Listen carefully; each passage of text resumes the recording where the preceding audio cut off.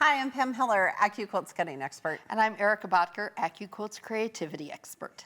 Today we're going to show you how to construct the June Taylor Alexandra Tote Bag Quilt-As-You-Go kit. So let's get started. Now in your kit, you'll receive printed batting for one tote, webbing for the straps, and your instructions. Before cutting, it's important to start your fabrics so they hold their shape when cutting and sewing. We use June Taylor Starch Savvy. Just evenly spray over the fabric, let it soak in for a few seconds, then iron. Then you're ready to cut your fabric as specified in the instructions, using either traditional quilting rulers or with go dies. Now, if you're using traditional rulers, we're going to suggest that you use the June Taylor Shape Cut or Shape Cut Plus, Which we have here. With a June Taylor rotary cutter and a cut and press to board. This is super slick because you can cut on one side and press on the love it. other. So we're going to cut some 2.5-inch strips because that's the size of strip you're going to need for your project. So I'm going to line up my fabric here with my ruler. And I'm just going to come and make sure that it's straight right here on the fold, right? Because we know the fold is straight. Right. And then I'm going to come right here at 0. And ta-da, I've cut a 2.5-inch strip.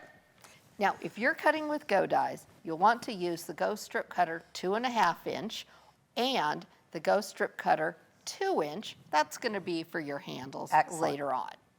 All right, we have got the Go 2.5-inch strip cutter. It's 55014 and it cuts 2 strips and it's going to fit through our Go Me. Excellent. So that's what we're going to use. So I am going to take my fabric. I've measured 1/4 inch on either side of my outer blades and cut a width of fabric to that measurement.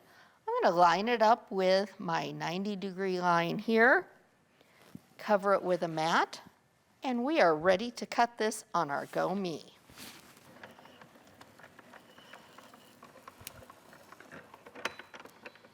Slide our mat, don't lift. And ta-da. And here we go. I've got these perfect 2.5-inch strips ready for our project. Excellent. All right, Erica, we have taken our batting from the packaging. Right. We have trimmed around the batting. We've cut a backing piece. Right. That is the appropriate size according to the pattern. Right. And then how did we attach these two? So what we did was go to our spray area and we sprayed our basting spray, the June Taylor basting spray on the back of our batting, then laid it on our backing and smoothed it all out. Right.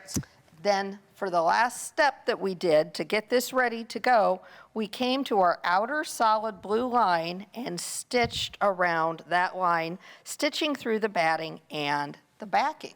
Now you could also use June Taylor's fabric glue stick if you wanted to. It goes on purple, but it dries clear. Or pins. You could pin. You could always pin it. All right, now that we have our printed side up, we are ready to start sewing our strips. Okay. So Erica, what I did was followed the pattern and just subcut our 2.5-inch strips to match here. Now we need to talk about the fact that these are not sewing lines. Those are placement lines, that's right. So we're going to take our first fabric piece, line it up on over piece number 1, use those placement lines, and then we can use either a fabric glue stick or pins to go ahead and hold this in place, because now step number 2 is going to be to sew the second piece on using our 1/4 inch seam allowance, so that when we flip this over after it's sewn, it's going to cover the number 2 spot and come right up to the next placement line. Excellent. So I'm just gonna glue a little bit so it just keeps it still while I sew that first seam. Okay. And again, this piece is gonna be number 2. It's gonna line up right here. We're gonna flip it over and sew it down with our 1/4 inch seam. Now we can start on piece number 3. That's right. Now, what you want to do is flip piece 2 over and give it a finger press. You can also use a June Taylor Magic Seam Wand here. You don't want to use an iron. You could distort your shapes before you get your whole project finished. So just use this, smooth it out. That starch savvy is going to ensure you get a nice sharp crease there. We're ready for piece number 3. It's going to go on just like piece 2 did, right, Pam? It is. So I'm going to do the same thing. I'm going to put right sides together. I'm going to stitch 1/4 of an inch in from that solid line. All right, Miss Erica. And again, we're going to flip this over, piece number 3. Use our little seam wand here, press that out nicely, and we're ready to keep going just the same way. So we're going to finish out all of the pieces this direction, and then we're going to turn our batting and do the exact same thing across the corners. Great. Let's see how it looks when it's ready to be trimmed. All right, we've gone and gotten our pieces kind of tacked down with the fabric glue stick. We're just going to get our little corner pieces here. Yes. Real quick. And then we'll be able to flip the project over and sew through all the layers that we have on that original stitching line that we made at the beginning before we got started. All right, so let's flip it over and start stitching. So I can see here the original stitch line. Yes. So I'm going to come right along that stitch line. We just want to make sure all of our pieces are laying flat. Now with this all sewn together, we can come back and trim just outside that original stitching line. You want to trim just outside of that edge, and then if you want, you can take those outer edges and serge or use a zigzag stitch, but that's totally up to you. All right, Erica, we're going to trim this. All right, so I'm just going to do just right next to it, like 1/4 of an inch, because then it'll allow us a good seam allowance when we go to sew our bag together. And when I come along here to the side, we have a little outcropping here. I'm just going to continue to cut it straight, and then we'll use our scissors to cut through that. Great plan. So we're just going to come in just 1/4 of an inch, because then when we go to sew this together, we're actually going to use a 1/2 inch seam allowance. And then that way those little lines won't show. So now what we're going to do is we're going to fold our tote in half. Okay. And we're going to stitch right along these side seams, and we have a 1/2 inch. So see our little, we trimmed it close enough that the seam won't show. Right. And now we're ready for the other side and do the exact same thing. Okay, now we're ready to box those bottom corners. So what we'll do is take this and go ahead and open up that seam. And you'll want to match this seam to the center of the bottom of your bag. It's going to fold just perfectly right there. I'm going to put a little binding clip on this for you. And you'll sew a 1/2 inch seam allowance again from side to side, and we'll repeat the same thing on the other side. All righty, now we can turn our bag inside out. I love it. I'm so excited about this. There's our perfectly boxed corners. I love it. That way our bag will stand up. All right, we've sewn together our binding strips following the instructions. Yes. And now it's time to sew these on. So what we want to do is sew this onto the front with our 1/4 inch seam allowance. We've pressed our strip in half so that these raw edges are going to be all enclosed. We'll stitch along, join up our binding, and then we'll be able to flip it to the inside and stitch it down that way. Excellent. We've got one that's ready to go.